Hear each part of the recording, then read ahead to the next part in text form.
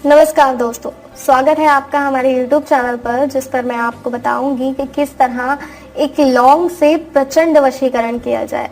जी हाँ, सिर्फ एक लौंग और कोई सामग्री नहीं चाहिए। सिर्फ एक लौंग से किस तरह प्रचंड वशीकरण कर सकते हैं, किस तरह किसी व्यक्ति को पूर्णतः अपना बना सकते हैं एक लौंग के माध्यम से। तो आइए मैं आपको बताती हूँ कि आखिर करना क्या है। हमें सिर्फ एक लौंग लेनी है और इस एक लौंग को हमें अपने मुंह में दबा कर रखना है। जी हाँ, और उस व्यक्ति का ध्यान करना है जिसे हम वश में करना चाहते हैं। जब ये लौंग आपने अपने मुंह में रख रखी हो तो आपको उस व्यक्ति का ध्यान करना है, उसके बारे में सोचना है।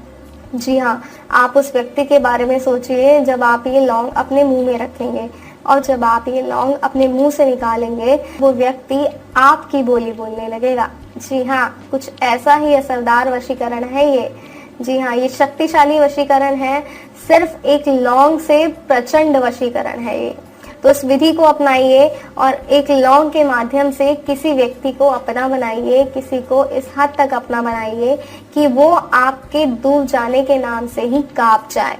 वो डर जाए कि आप अगर उनसे दूर चले गए तो होगा क्या, वो अपनी जिंदगी कैसे जिएंगे।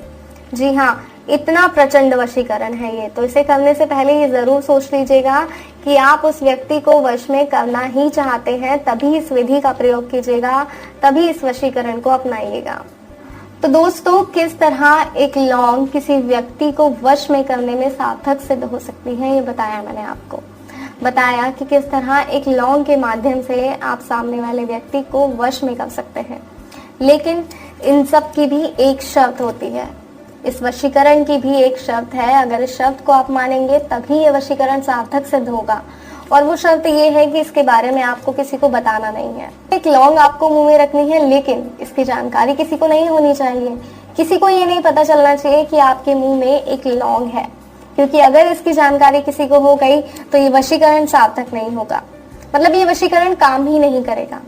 तो इसलिए इस बात का ध्यान रखिएगा कि इसके बारे में किसी को कोई भी जानकारी ना हो, क्योंकि अगर जानकारी हो गई तो वशीकरण अपना असर नहीं दिखा पाएगा और आपको लगेगा कि ये तरीका गलत है, बल्कि ये तरीका सही है, लेकिन आपका इसके बारे में चर्चा करना या किसी को जानकारी देना ये गलत है।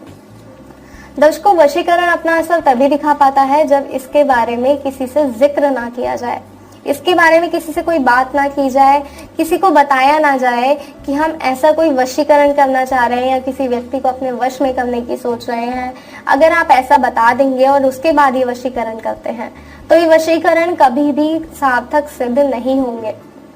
तो इसलिए कोई भी विधि अपनाने से पहले इस बात का खास तौर पर ध्यान रखिएगा कि वशीकरण करने से पहले, खासकर ये विधि अपनाने से पहले आपको ध्यान रखना है कि आपको इसका जिक्र नहीं करना है, किसी से कोई बात नहीं करनी है।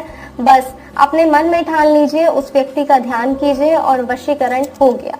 इतना सिंपल वशीकरण है कि आप किसी को भी कभी भी अपना बना सकते हैं। कोई और समस्या है, कोई जानकारी चाहते हैं तो स्क्रीन पे जो नंबर दिखाया गया उस नंबर पे कॉल कीजिए, बात कीजिए। आपकी हर समस्या का समाधान होगा, आपको हर जानकारी दी जाएगी। किसी और वशीकरण के बारे में या कोई ऐसी समस्या है जिसका समाधान आपसे नहीं हो रहा है तो आपकी समस्या का समाधान फोन पर किया जाएगा। फोन कीजिए, आपकी समस्या का समाधान होगा और आपको एक खुशहाल जिंदगी मिलेगी। जी हाँ, तो फिलहाल दीजिए इजाजत, फिर हाजिर होंगे एक और नए तरीके के साथ कि किस तरह आप खुद को खुश रख सकते हैं।